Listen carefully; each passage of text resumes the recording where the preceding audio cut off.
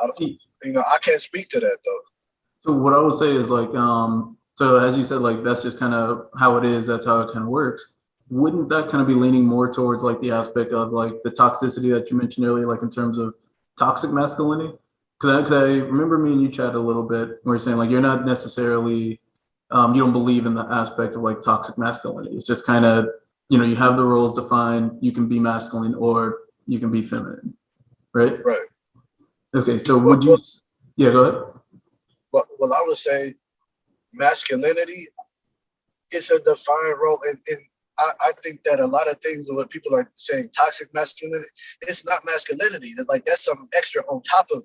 Like I have a defined view of masculinity, and I think a lot of the things that people are saying toxic and are considering masculine is like, um, it's like a weird saying. I have like sometimes I'll be like, man, that's a real Anglo-Saxon way of looking at things. Not saying all white people look at um, all white people are like this, but the society that we created and the way that everything um, trickles down, this is society through a wealthy white man's eyes.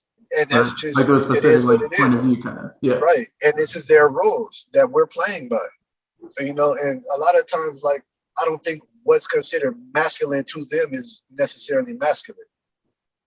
And I think when people say toxic masculinity, they're referring to masculinity through their eyes, which don't, to me, is not the true eyes of masculinity. Okay. So what would you say, like, what are some things that would, what are some of the things that you consider are being labeled as toxic masculinity that shouldn't be?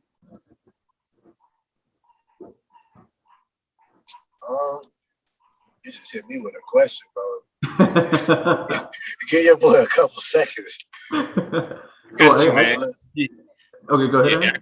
Yeah, for me, it's and I'm going to do a shameless plug because I've been reading this book. I don't know if you guys are familiar with a dude named Jason Wilson. He's an author, a motivational speaker, and everything like that. Check his Instagram out. He posts a whole bunch of influential quotes and stuff. But one thing about him, and here's his book right here. Shameless plug, right? Cry Like a Man. that he wrote, you know what I'm saying? And he talks about his life and how to, move past your trauma as men. And one thing that he says that this is kind of how I define it. Masculinity in itself is not toxic. You know what I'm saying? They're just the base form of masculinity. Now, masculinity can become toxic when, as a man, you allow that to rule your life in terms of, letting your trauma get to you. Trauma you may have gone through as a boy and you grow into a man and you holding on to that trauma. I have to treat women this way. I have to treat women violent because, these hoes don't know how to act, quote unquote. You know what I'm saying? That's when we get into the toxic shit because you're essentially allowing your trauma to rule you as a man instead of being the man that you're supposed to be and, making sure you take care of your family, making sure that you do certain things that, are expected of you as a man. And I think for me, that's kind of how I view it. So when people say toxic masculinity, I'm kind of like, okay, let's move a step forward. Let's look at why you're calling this man toxic. What is he doing that is exhibiting toxic behaviors? Let's not call masculinity toxic, but let's see this man's behavior, Okay. Well, I'll say so, like dealing with the traditional gender roles and their kind of definitions, some of the results of what was considered masculine back then, that's what kind of led to, these traditional stereotypes of men being unemotional, unavailable, like they're not able to express themselves properly, an overexertion of like dominance, as well as what's another one I could think of, just like pure aggressiveness. And some people deem that as toxic behavior because that limits the amount of growth that we can have as men.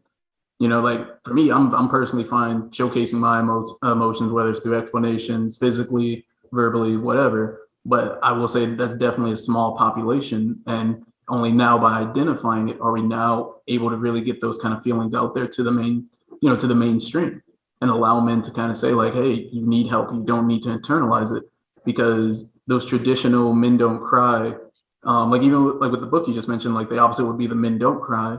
And that's what kind of leads to additional trauma later on. That's what leads to, these brash brawls, the shootings, the killings, suicides, all types of things, because we were taught not to express ourselves because emotions are deemed feminine.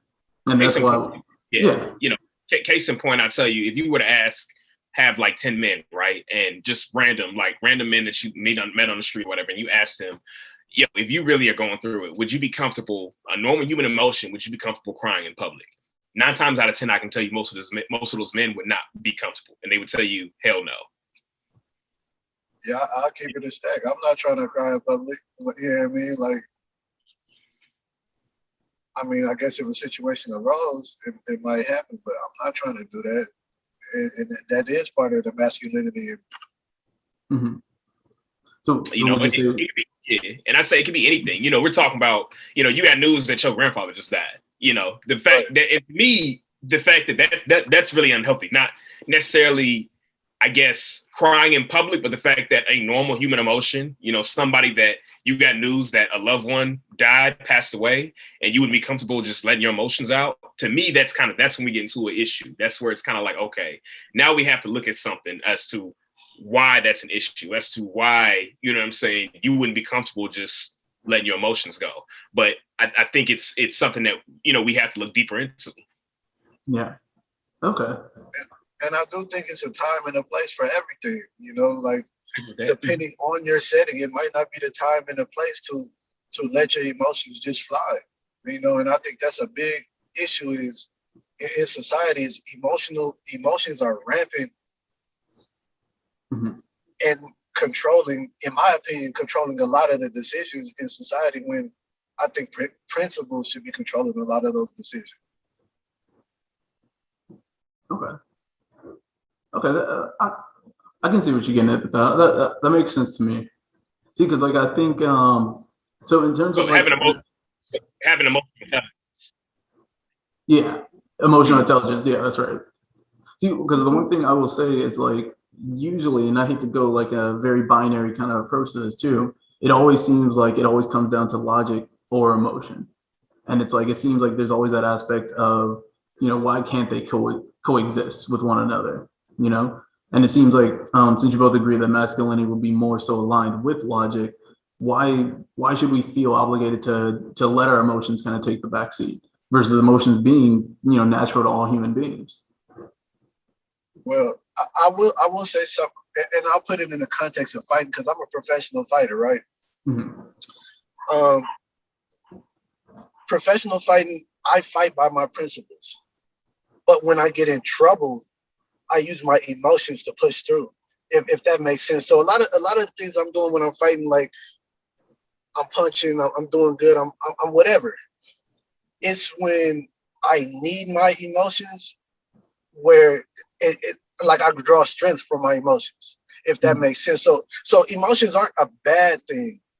Unchecked emotions is a bad thing because you're gonna feel something about everything, but you not identifying those emotions, you're not just simply being out of control with your emotions. I feel like that's probably what people are considering toxic.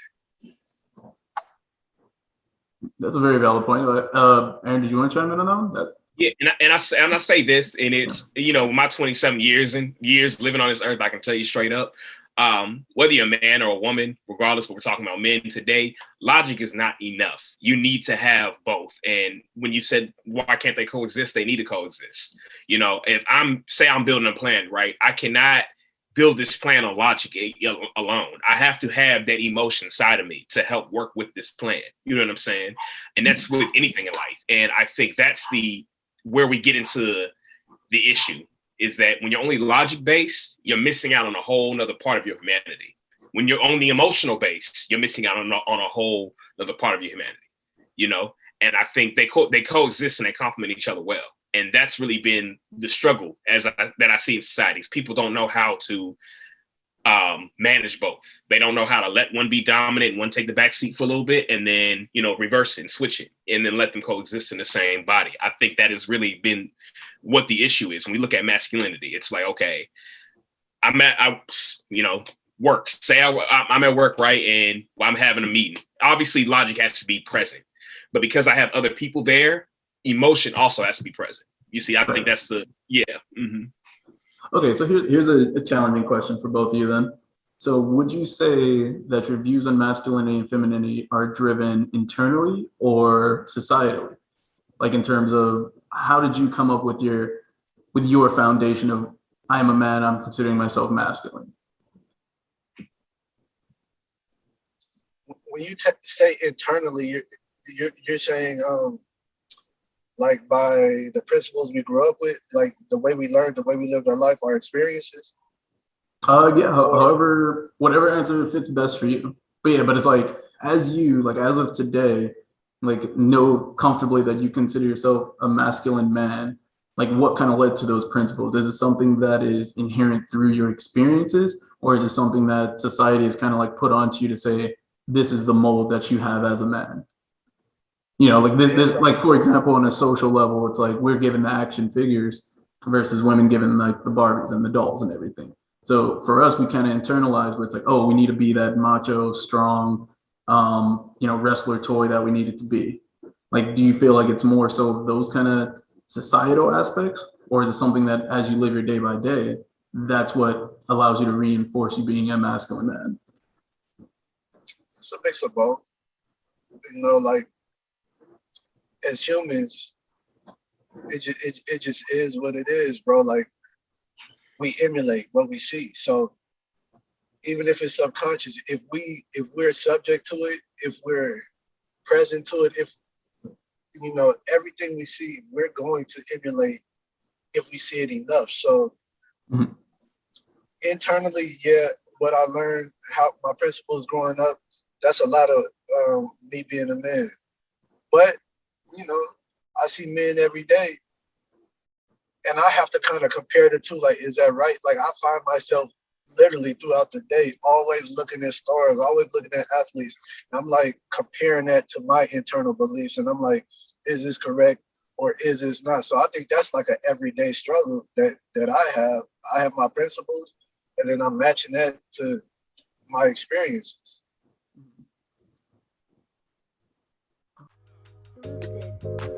Just got off the clock, just got on my chill.